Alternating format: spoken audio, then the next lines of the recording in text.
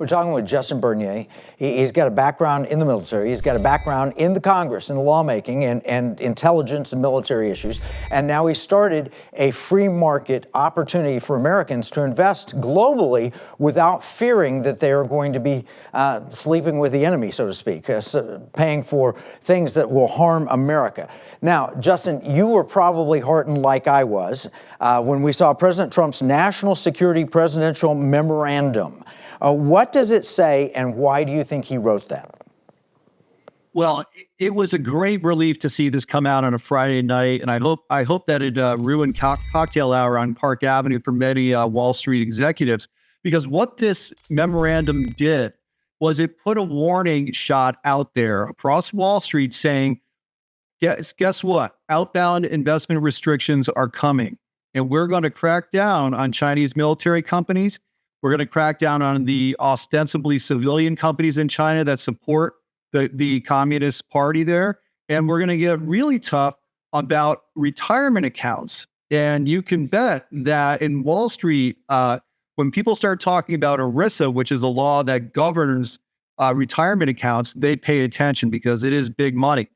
Now, that policy mirrors an executive order that President Trump issued at the end of his first term.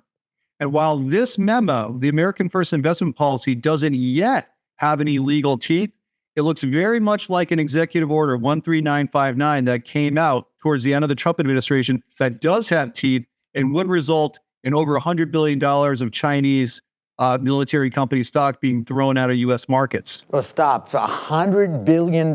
Think about those stocks available to Americans. People would buy them. Investment managers would put them in your portfolio, maybe not even telling you that they were doing it. And what you would end up with is funding military companies that our government has decided are a threat to our national security. So this America First investment policy is brilliant. It dovetails on the work from our mutual friend Roger Robinson, who helped bring down the Soviet Union during the Cold War because we stopped funding Russia. And when we stopped funding Russia at that time, all of a sudden they couldn't compete economically. We win the Cold War. President Reagan looks like a hero. Now it's President Trump's turn. Our threat here isn't Russia. This time the threat is China. There's no question. I mean, there's certainly a Russian threat, but China is the primary threat for anybody who studied this and their intention. Unrestricted warfare. I've studied in detail. I've reported to the DIA where you've worked, to the Congress where you've worked, to the Naval War College, to the Naval Postgraduate School. You know, all these things that touch you. I was in there preaching the gospel of economic warfare and why we need to protect ourselves. Now President Trump has come out with a statement in the America First investment policy that can actually potentially have teeth. What would this do for America when he puts those restrictions in?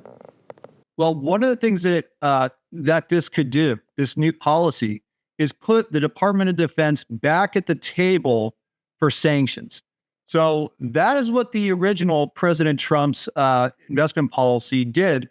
If you got on the list of Chinese military companies operating in the United States, you'd be thrown out of U.S. capital markets. Now, the Biden administration came in a few months later. They reversed that. They kicked DOD out of the room. They said, well, the Treasury, they can consult with the Secretary of Defense if they deem it appropriate, but otherwise DOD does not have a seat at the table.